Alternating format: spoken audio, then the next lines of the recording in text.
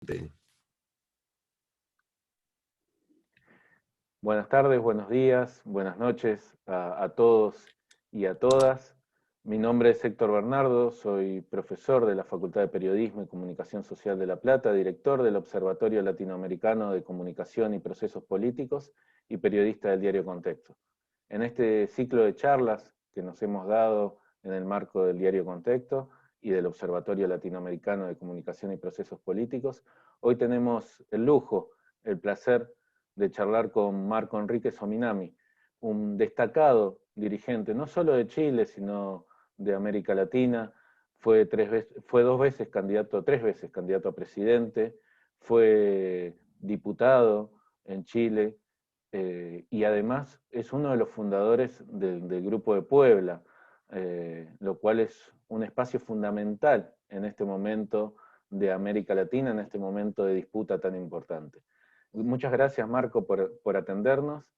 Y hoy queríamos charlar un poco sobre Chile, sobre este Chile que tanto nos sorprendió en el último tiempo y tal vez la última noticia sorpresiva, gratamente sorpresiva, fue el resultado de las elecciones del domingo pasado. Queríamos conocer tu opinión sobre el resultado de estas elecciones, pero también seguramente te haré algunas preguntitas sobre cómo se llegó a esta situación. Gracias por la invitación, Héctor y Héctor Bernardo. Encantado de estar contigo. En Chile triunfó un progresismo insumiso. Eh, y esto es lo fascinante porque pasaron a mi juicio tres grandes cosas en los días pasados, todas inéditas. Se eligieron los primeros gobernadores y los primeros constituyentes. Estamos en un proceso constituyente que reemplaza un proceso destituyente. Y eso se hizo sin violencia. Se hizo ahora en paz y en democracia. Pero también es cierto que pasó algo otro, y es que hubo una abstención muy alta. Es decir, los que estamos por el momento, tanto destituyentes como constituyentes, no tocamos el alma, el corazón del pueblo, porque el 60% no fue a votar. Y eso, para un progresista, es doloroso. La abstención también es una derrota. Entonces, una mezcla contradictoria. Y lo tercero que es interesante, a mi juicio, es que en este doble voto los chilenos dieron dos señales. Para gobernar el presente, eligieron a políticos con cicatrices. Pero para gobernar el futuro, eligieron gente joven, feminista y progresista, indígena. Entonces, el análisis político en esta lucha que es la política está un poco tensionado. Ganó un relato, esta idea de que hay un nuevo Chile y que todo lo antiguo se fue al carajo. No es cierto. El partido más votado de Chile es la Democracia Cristiana. Es un partido que tiene muchos años, 60, 70 años, un partido de centro-izquierda con derivas de centro-derecha. Claro. Entonces yo soy mucho más cauto que la excitación en la que está buena parte del periodismo nacional, de tratar ahora, con las tendencias de ensalzar un fenómeno, que creo que es real, que es sustantivo, que fue un golpe, una patada a un orden. Bien, lo que digo es que cuidado, que en esa división de lo nuevo y lo antiguo no está la respuesta. A juicio, Chile está en un debate entre liberal y conservador. ¿Nos podés explicar un poco cómo fue este proceso destituyente, sobre todo para los argentinos que lo vemos a distancia y que hemos estado tan desinformados sobre lo que pasaba en Chile, que nos lo mostraban siempre como un ejemplo hacia donde debíamos ir? De hecho, el expresidente Mauricio Macri, poco tiempo antes del estallido social en Chile, se había reunido con Piñera y en una entrevista pública dijo: nosotros tenemos que ir hacia Chile, tenemos que ser como Chile. Voy a hacer un poco de genealogía. Chile es un país que está en el sur del sur, al igual que ustedes, pero que no juega en las grandes ligas. Chile no es parte del G20. Chile es una economía que es el 0,4% de la economía mundial. Es una pequeña economía, que es relevante por su producción de cobre, la número uno mundial, pero no hay mucho más que contar.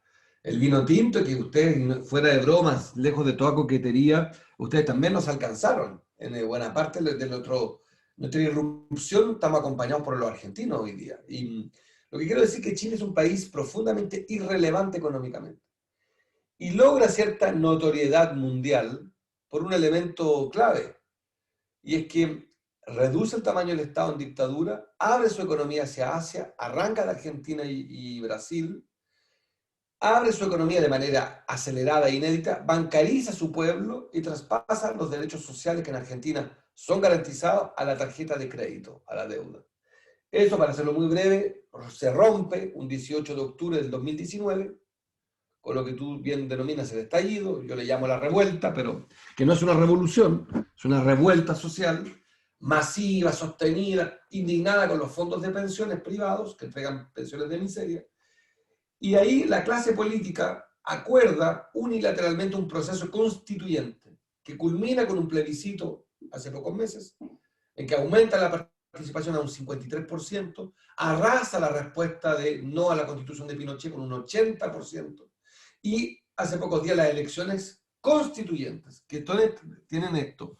Pero yo en simple diría que las élites gobernaron con mucha fuerza un pueblo a a patadas de retóricas que no eran ciertas, de que este esfuerzo privado los llevaría al paraíso. Y no ocurrió, porque los chilenos confiaron y creyeron, y pagaron por las universidades y no llegaron al paraíso. Ni los ingresos mejoraron, ni aumentó el ingreso de la mujer respecto al hombre, ni se formalizó lo suficiente la economía, y las deudas se acumularon. Recuerda tú que, para que cierres los ojos y te imagines a la Argentina, en que la UBA cobra lo mismo que la Universidad Austral. Ese es el país que tienes. Yo no sé cómo soportarían los argentinos que la universidad pública de tu ciudad, la universidad pública de Rosario, la de Córdoba, cobre lo mismo que una privada. En este sentido, vos recién señalabas que participó solo un 43% de la sociedad. ¿A qué le atribuís esta baja participación en una elección tan importante y tan determinante como fue esta elección? ¿Faltó pedagogía política? ¿Faltó militancia? ¿Es algo heredado de tantos años de destrucción del concepto de la política? ¿Por dónde pasaron los motivos que llevaron a que la participación sea tan baja? Yo creo que estamos los progresistas presos de una dinámica que no tenemos como parar, que es la lógica más de consumidores que de ciudadanos. Entre los que votaron, evidentemente, hay un logro de la izquierda más dura, que muy bien, que yo respeto, que son propuestas muchas que yo defendí mucho antes, pero hay un triunfo de una ciudadanía insumisa. Pero, 60% le importa un carajo este debate. Y cuando uno, esto es un tema bien técnico, pero la construcción de comunidad, de la vida en común, supone ciertos pactos, ciertos derechos y ciertos deberes. Y esos deberes en Chile se rompieron. Le voy a dar un solo ejemplo. Las pensiones en Chile, ustedes saben, son las famosas AFP, que ustedes denominan AFJP. Es un sistema en que yo, Marco, cotizo por mí, ¿no es cierto? En mi cuenta. Yo nunca, en más de 30 años o 28 años de vida profesional, he cotizado por un más pobre, por una mujer y por un mayor que yo. Hay un principio de no solidaridad en el ahorro. Y en los últimos 8 meses en Chile hemos aprobado, y yo he estado a favor, una política bien curiosa, que es retirar los fondos de pensiones míos. Yo he retirado, y hemos retirado 10 millones de chilenos han retirado sus ahorros, que son su pensión futura. Y eso, que es una medida que se la derrotamos a la derecha miserable, que no quiso desde el gobierno subsidiar bien la economía, subsidiar a los más pobres, es un triunfo a medias, porque ganamos, protegimos un pueblo, pero también rompimos un pacto de convivencia. ¿Cómo es eso? ¿Cómo sería esa ruptura del pacto? Porque la vida en común supone que yo cotizo por ti y tú por mí, que la enfermedad de uno es la enfermedad de todos. Supone que los hijos de ricos no son ricos, los ricos son los padres y deben pagar impuestos. Por eso en Argentina los hijos de ricos pueden estudiar gratis. Y a ningún argentino le escandaliza que sea gratis para todos. Pero ustedes tienen un pacto. Sí. El conocimiento es de acceso universal y gratuito, salvo que yo me equivoque. Sí. Pero el hijo de un rosarino millonario, un multimillonario, puede estudiar lo que le dé la gana. No quiero dar ejemplo porque voy a caricaturizar, pero supongamos el hijo de un millonario argentino industrial y el hijo quiere estudiar pintura, es una caricatura. Sí. Lo puede hacer en Argentina. Sí, sí, sí. En Chile no. El hijo tiene que pedirle al padre autorización para que le pague la universidad o endeudarse a tasas de interés criminales. Entonces el hijo rico también es discriminado porque el Estado no le da un derecho. No sé si logro, con eso quiero provocar la reflexión. Sí, sí. Se rompe un pacto de convivencia, porque el pacto no es la gratuidad, que como la derecha continental se ríe y caricaturiza. No, no.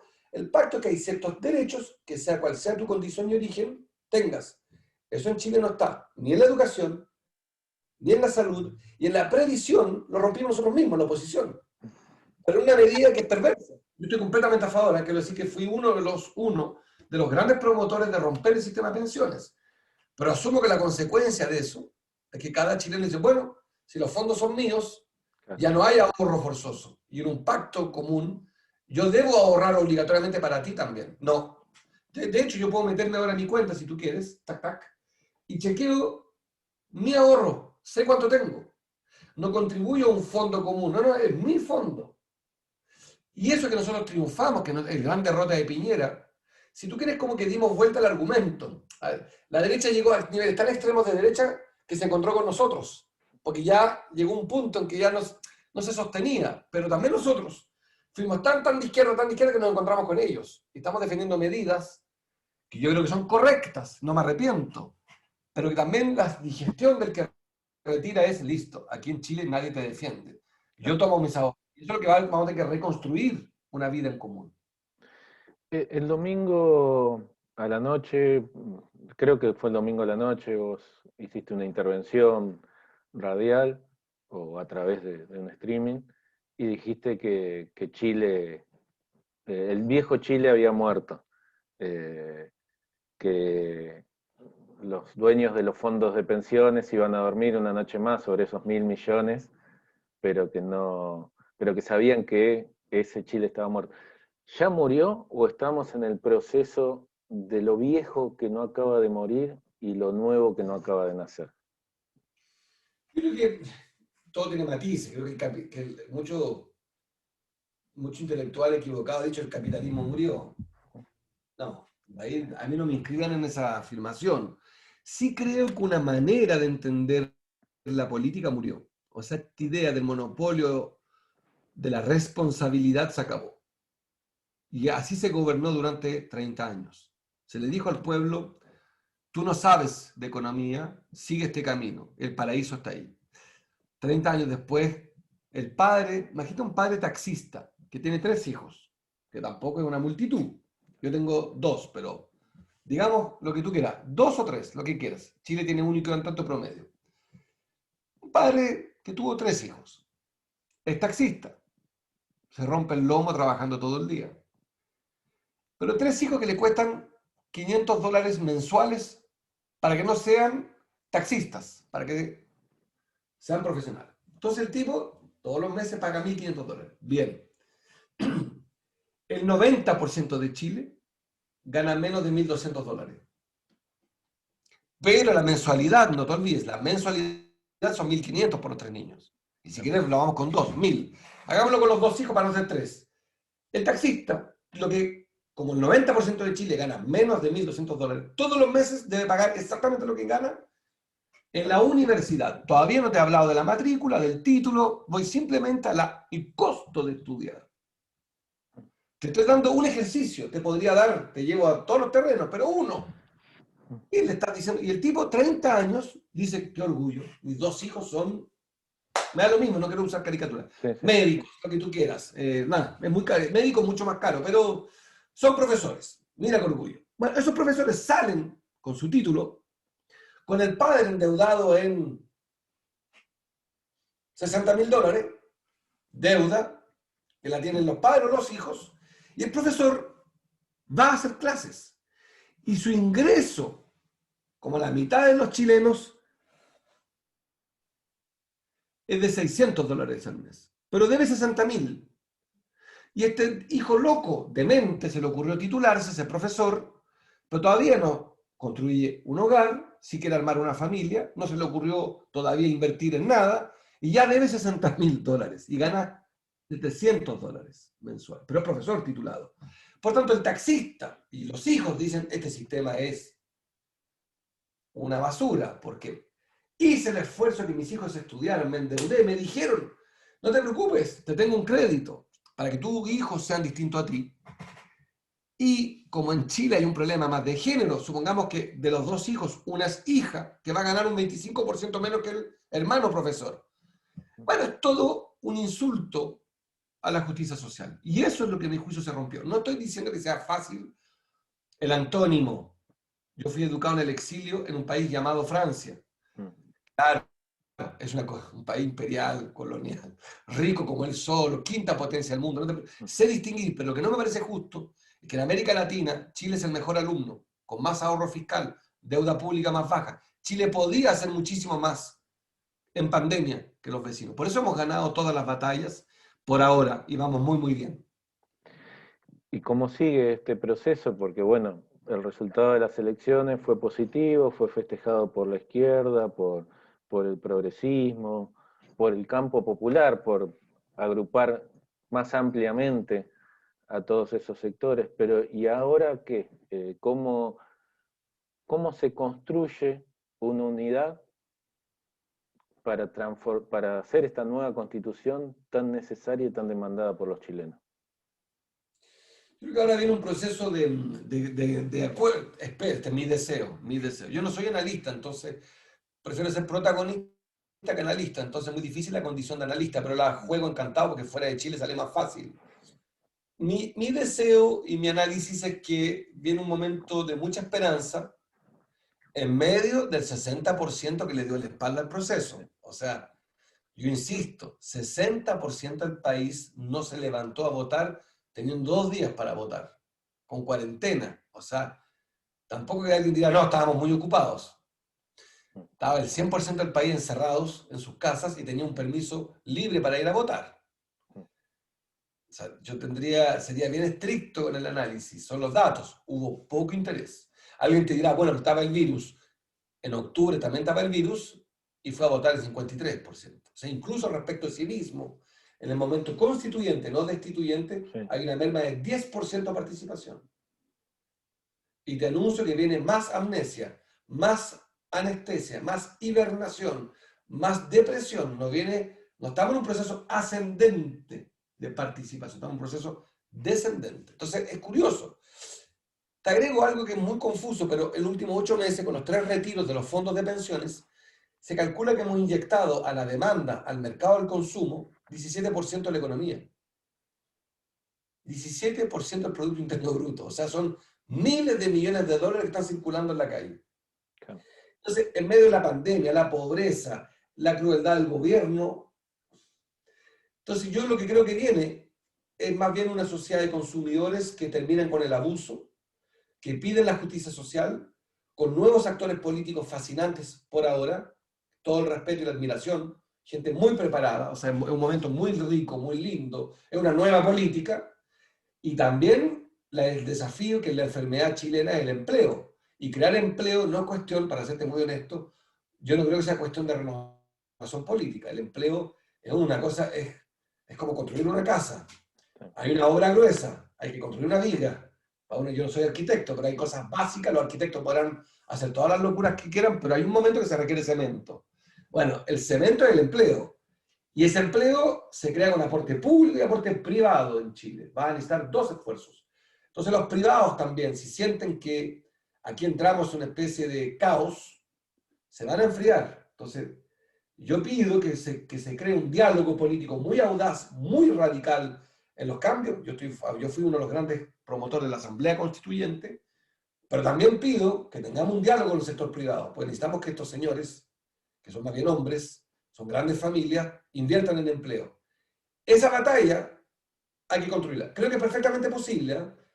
Pero pongo siempre el problema del empleo, porque esa es la enfermedad de Chile. Chile tiene una enorme capacidad de crecer y no la misma de empleo. Se dice muchos teóricos de que Chile va a crecer en forma de K.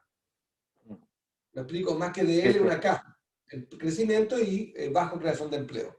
Yo tengo preocupación por el empleo. En Chile hay una tasa de cesantía que llega al 12%, en la región metropolitana, por ejemplo, pero tienes que sumar a eso los que dejaron de buscar empleo, y suma a eso 200.000 personas que no están hoy día ni buscando ni teniendo empleo, están congelados por la ley de suspensión del empleo. Y esto tiene que ver con el tipo de crecimiento que tiene Chile, que genera menos empleo que el crecimiento mismo que tiene. Es un modelo de desarrollo extractivista que genera poco empleo. O sea, el cobre genera poco empleo, genera mucha riqueza, pero poco empleo. Y hay un tema sobre la renta, que es otra discusión. Después lo mismo con el salmón, son empleos de temporada, también con la agricultura. Y son empleos de que pagan bajo ingreso porque hay poca competencia. No te olvides que tenemos poca competencia. Por razones estructurales y también por mala fe, por colusión, pero también por razones estructurales. Chile es una economía muy pequeña, entonces hay 4 cadenas de farmacias, 4 exagero, 4 seguros de salud, son un poco más, 6 fondos de pensiones. O sea, hay la falta de oferta, la falta de competencia también permite un pago de ingresos muy bajo. Y después tenés un bajo sindicalismo. A diferencia de Argentina, en que ustedes tienen, creo que el 50% del país sindicalizado, Chile tiene el 10% sindicalizado. Entonces tienes una voz sindical muy baja, muy baja. Entonces, déjame darte un dato doloroso. En la constituyente recién, la gran cantidad de candidatos sindicalistas perdieron. Los chilenos no votaron. Entonces, a mí cuando me dicen, no, que ahora estamos en un nuevo Chile, también los sindicalistas, que son esenciales a la historia de la resistencia cultural, social, no fueron premiados. La presidenta de la central más importante de Chile, derrotada. El presidente del colegio de profesores, derrotado. El presidente del movimiento No Más AFP, derrotado. Yo te diría, no tengo la certeza de que estamos en una frase del subcomandante Marcos, que es muy dolorosa, pero es muy inteligente. No hay revolución sin televisión. Y mucho de lo que ocurrió en la televisión se repitió en la asamblea. Pero también te van a decir que me estoy equivocando porque hay gente en la Plaza de la Resistencia que no salió en televisión, salió electa. Por eso es tan difícil el análisis, y yo a los analistas los critico mucho porque primero, todos se equivocaron, ninguno no estuvo ni de cerca del resultado. De buena o mala fe son unos incompetentes y debieran autoexiliarse del debate público por equivocarse de manera ya estruendosa. Todos los politólogos tuiteros dijeron unos anuncios completamente equivocados. Las encuestas podrían hacer un lulo, no sé cómo dicen ustedes, y hacer lo siguiente con su encuesta, porque ninguna predijo nada. Decían que iba a votar el 70% de Chile, el 40% votó. No es que se equivocaron por el margen, que votaba el 60, el 50, no, votó el 40%. Y hay comunas, ciudades, en que votó el 35, el 38%. Te iba a preguntar eso, te voy haciendo las últimas preguntas. El voto fue muy bajo en las comunas donde los sectores populares son más fuertes. Que es exactamente lo contrario que había ocurrido en el plebiscito. El plebiscito en los sectores populares había una participación del 60 al 65. Hay una comuna que el día sábado, el primer día de votación, llegó al 13% de participación. Se corrigió después, pero para que te hagas una idea, los más pobres se demovilizaron. Y ahí yo tengo autocrítica. La esperanza se fue apagando. Entonces tengo la impresión de que no creo que sea responsabilidad de la oposición, pero tampoco es que nos podamos eximir de este resultado. Yo te voy haciendo las últimas preguntas. ¿Cuáles son los elementos fundamentales que tienen que cambiar respecto de la actual Constitución en la nueva? Para que los argentinos entendamos, estos puntos sí o sí no pueden mantenerse. Yo tengo que partir ahora, si te respondo eso, si tú quieres, si te parece. Con eso nos despedimos. Ahí son 4 cosas fundamentales. La primera, el concepto de la dictadura en la constituyente, es muy importante, un concepto económico, se llama el concepto de Estado subsidiario. El Estado como esclavo del mercado, el Estado subsidia al mercado, y solo si el privado no tiene interés o no puede asumir una tarea, entra el Estado. Primero educa el privado, después el Estado. Primero atiende el privado, después el Estado. Ese es un concepto que está a lo largo de todo el texto. Es un cambio de paradigma muy complejo de explicar y de lograr. Las AFP, los seguros de salud privados, los supermercados se han amparado en eso para sus abusos. Pero es un tema técnico muy difícil a mi juicio, de explicar. Segundo, la carga de derechos. Los derechos al trabajo decente, niñas, niños, adolescentes, no es derecho al agua. No está garantizado. Tercero, la propiedad privada, que es el bien jurídico superior que protegió la dictadura y los economistas de Chicago en Chile, tenemos que poner una limitante, que sigue la propiedad privada, por supuesto, esencial, siempre y cuando no afecte al bien común. Cuarto, el más importante para mí, el poder, al pueblo lo que es del pueblo. Chile no tiene federalismo, no tiene vicepresidente, no tiene referéndum revocatorio, no tiene plebiscito de manera sincera, no tiene semipresidencialismo, tiene un bicameralismo absurdo porque como no es federal, los senadores y los diputados representan exactamente lo mismo. Por tanto, yo creo que ¿qué es lo que permite que sea exigible la nueva constitución? Si no, podría pasar lo de Brasil, una constitución infinitamente mejor que la chilena, con un presidente bárbaro, perdón, salvaje, no, bárbaro, post-civilizacional. Eso podría pasarnos a los chilenos, que tuvieran una constitución sensacional y a los 2 años que nos dijera, pero no está escrito ahí que está el derecho al agua y siguen robándose el agua a los privados. Ah, bueno. Entonces, eso me parece a mí el último punto, el más importante, el poder. Y creo que ese tema penetró al menos a las capas medias, a los más pobres, que es el poder, que es un tema de politólogos, pero en realidad a mi juicio es la esencia. Y yo estudié filosofía, me titulé, entendí la mitad, pero hay una gran idea de Hegel, que es la dialéctica del amo y el esclavo. La vida uno todo a esta mañana no se sabe si tú eres el amo y yo el esclavo o al revés. Yo soy el amo y tú eres el esclavo. Porque ahora me tengo que ir, yo decido cuando me voy, pero tú haces las preguntas. Bueno, la pregunta en un pueblo y un gobierno, ¿quién es amo y quién es esclavo?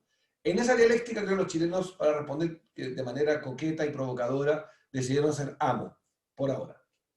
Marco Enrique Sominami, muchísimas gracias por su tiempo. Quedamos en contacto y está firme la invitación para venir a La Plata y a la Universidad Nacional para generar una charla ahí con los estudiantes.